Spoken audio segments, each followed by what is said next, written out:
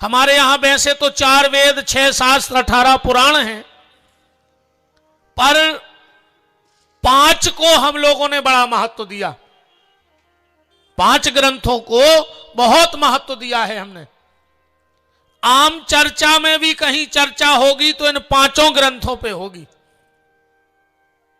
गीता, भागवत, रामायण, महाभारत और शिव पुराण। इन 5 की चर्चा बहुत होती है। गीता कर्म सिखाती है। गीता हमें कर्म सिखाती है कि हमारे कर्म कैसे हो। राम कथा हमारे जीवन को सुंदर बनाती है। गीता कर्म को सुंदर बनाती है, राम कथा जीवन को सुंदर बनाती है। महाभारत संसार में कैसे रहना है ये महाभारत बताएगा आपको। संसार में जीने की कला महाभारत में, अपने जीने की कला रामायण में, कर्म सीखने की कला गीता में, परिवार सुंदर कैसे बने इसकी कला से महापुराण में, और मृत्यु महोत्सव कैसे बने ये कला श्रीमद् भागवत की कथा में है। मौत को सुंदर बनाने का काम भागवत करती है। महाराज जी, हमारा तो ऐसा मानना है कि दुनिया में ऐसे लाखों लोग हैं जिनके पास मकान नहीं है रहने को। कई लोग किराए के मकानों में रह रहे हैं, पर संसार में ऐसा एक भी व्यक्ति नहीं है, एक भी व्यक्ति जिसके पास इन 3 ग्रंथों में से एक ग्रंथ ना हो। 7 दिन में एक व्यक्ति ऐसा ढूंढ देना इतने बड़े गड़ा कोटा में, और उसको लाना कि इसके पास 3 ग्रंथों में से एक ग्रंथ नहीं है। या तो उसके घर में रामायण होगी, या उसके घर में महाभारत होगी, या उसके घर में भागवत होगी। अब अनुमान आप लगाना कि आप रामायण के पुजारी हो, आप भागवत के पुजारी हो कि महाभारत के पुजारी हो। आपके घर में कौन सा ग्रंथ है, इसका निर्णय आपको करना है। अगर घर में भाई भाई के बीच में ऐसा विचारों का आदान प्रदान व्यवहार है, बड़ा भाई पिताजी के पास गया, बोले पिताजी हमने सुना है कि तुम संपत्ति का बंटवारा कर रहे हो। पिताजी ने कहा बेटा हमने सोचा जीते जी सब बांट दें। तो बड़े लड़के ने कहा पिताजी फिर एक काम करना। बोले क्या? बोले छोटे को हिस्सा थोड़ा ज्यादा दे देना। पिताजी ने कहा क्यों? बोले इसलिए ज्यादा दे देना कि एक तो आपकी संपत्ति का अधिकारी है, और मैं भी बड़ा भाई हूं तो पिता के तुल्य हूं, तो कुछ मेरा भी तो हिस्सा उसको मिलना चाहिए कि नहीं मिलना चाहिए। बड़ा इतनी बात कह के बाहर निकला, छोटा पहुंच गया। बोले पिताजी भैया कह रहे थे कि आप संपत्ति बांट रहे। बोले हां। तो बोले एक काम करना, अपनी संपत्ति का थोड़ा सा हिस्सा ज्यादा भैया को दे देना। पिताजी ने कहा क्यों? बोले वो आपकी प्रथम संतान है और उनका अधिकार थोड़ा सा ज्यादा बनता है। जिसके घर में ऐसा भाव बन जाए, जिसके घर में ऐसा भाव बन जाए, बड़ा भाई कहे छोटे को ज्यादा दे दो, छोटा कहे बड़े को ज्यादा दे दो, समझ लेना उसके घर में आज भी राम कथा चल रही है। क्योंकि भरत कहते थे अयोध्या राम को मिल जाए, और राम कहते थे अयोध्या भरत को मिल जाए। और जिसके घर में ऐसा भाव बन जाए, बड़ा भाई कहता है ये जमीन मकान दुकान मेरी है, और छोटा भाई कहता मेरी है, समझ लेना आज भी उसके घर में महाभारत चल रहा है। हस्तिनापुर युधिष्ठिर को भी चाहिए और हस्तिनापुर दुर्योधन को भी चाहिए। वो महाभारत का पुजारी आज भी कलयुग में बना बैठा है।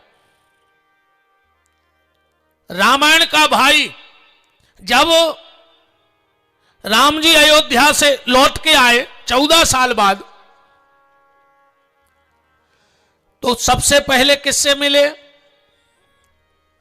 प्रथम राम भेंटे कैकई, कैकई मां के पास गए। 14 साल में कैकई ने नजर नहीं उठाई है, किसी को देखा नहीं है कैकई ने 14 साल से। क्यों? किसी ने कैकई से कहा, कैकई तुम देखती क्यों नहीं?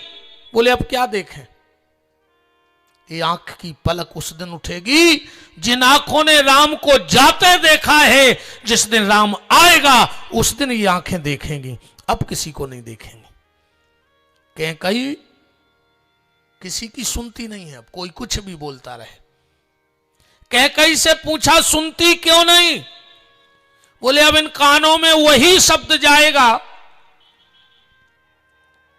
एक शब्द गया था कि राम चले गए, अब दूसरा शब्द ये जाएगा कि राम आ गए, तब तक इन कानों से अब किसी को नहीं सुनना। भगवान राम कैकई के पास गए, प्रणाम किया, और कैकई ने नजर उठाकर देखा, बेटा राम आ गए? हाँ मां मैं आ गया। राम तू मुझसे नाराज तो नहीं है? राम पूरी दुनिया मुझे पापनी कहने लगी है कि कैकई पापनी है। राम ने कहा मां वो मेरा सबसे बड़ा दुश्मन होगा जो मेरी मां को पापिन कहेगा, उससे बड़ा बैरी मेरा दुनिया में दूसरा कोई हो नहीं सकता। कैकई ने कहा नहीं राम मैं पापिन हूं, मैं हूं पापिन। राम ने कहा तू पापिन नहीं है। कैकई ने कहा बेटा तू इतने विश्वास से कह रहा है कि कैकई पापिन नहीं है, इसका क्या प्रमाण है तेरे पास? और राम का जवाब सुनना। महाराज जी वो जवाब दिया राम जी ने, कहा सुनो मां मैं एक बात पे अड़ा हूं कि मां मेरी पापिन नहीं है। बोले राम कौन सी बात है? मैं पापिन हूं। और राम ने कहा मां अगर तू पापिन है तो तेरी कोख में भरत जैसा संत कहां से आ गया? जिसने भरत जैसे संत को जन्म दिया हो वो मां पापिन नहीं हो सकती, वो दुनिया की सबसे बड़ी पुण्यात्मा मां है। नारी जने तो भक्त जन के दाता के सूर, अब वरना नारी बांझ रहे मती गमावे नूर। भरत जैसे संत को जन्म देना किसी साधारण के मां के बस की बात थी? राम तू मुझसे नाराज नहीं है? नहीं मां। तो कैकई ने हाथ जोड़ के कहा राघव अगर तू मुझसे नाराज नहीं है तो क्या मैं तुझसे एक वरदान मांग सकती हूं? पूरी अयोध्या को सन्न कर दिया कैकई के एक शब्द ने। सब घबरा गए, ऐसा ना हो कि कैकई फिर कह दे कि 14 साल को चले जाओ, और राम चले भी जाएंगे, ये सब जानते हैं अयोध्या वाले। तो जैसे ही कैकई ने कहा कि राम क्या मैं तुझसे एक वरदान मांग सकती हूं, भरत ने कहा राजमाता कैकई। राम ने कहा भरत हाथ नीचे कर। मैं 14 साल के लिए अयोध्या छोड़ के क्या गया? तूने मेरे कुल की मान मर्यादा सब मिटा डाली। भरत जी चरणों में गिर पड़े, बोले गुरुदेव मैंने ऐसी क्या गलती कर दी? क्या गलती कर दी मैंने ऐसी? भैया राम कह रहे कि मैंने मान मर्यादा मिटा दी, भैया मैंने क्या मिटाया? राम ने कहा भरत रघुवंश का नियम है कि जब दो बड़े बात कर रहे हो तो छोटों को बीच में बोलने की इजाजत नहीं है। जब मैं और मेरी मां बात कर रहे थे तो तू बीच में क्यों बोला? राम ने कहा, मां मांगो, क्या चाहती हो मुझसे?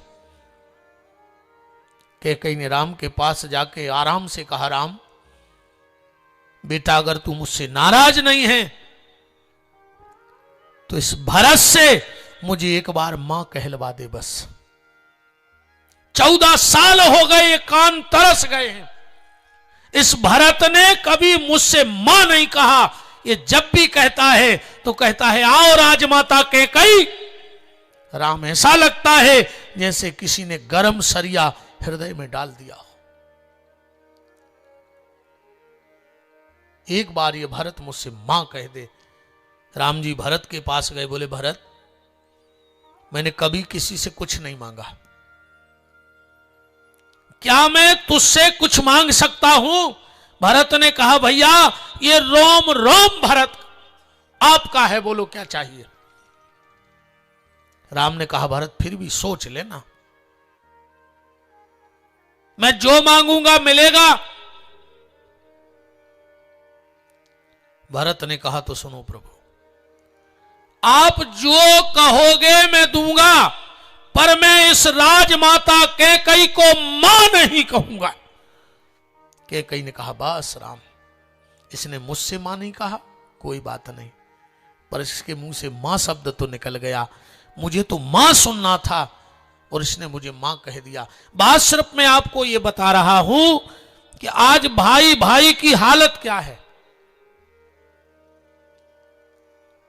गुरुदेव वशिष्ठ ने कहा, राघव चलो, अब तुम्हें स्नान करना है, बलकल वस्त्र उतारना है, तुम्हें राजा बनना है। राम ने कहा, गुरुदेव मैं अपनी जटाएं सुलझाऊं, उसके पहले मैं भरत की जटाएं सुलझाना चाहता हूं। वशिष्ठ ने कहा, राम लगता नहीं कि भरत मानेगा। बोले, पूछ लो।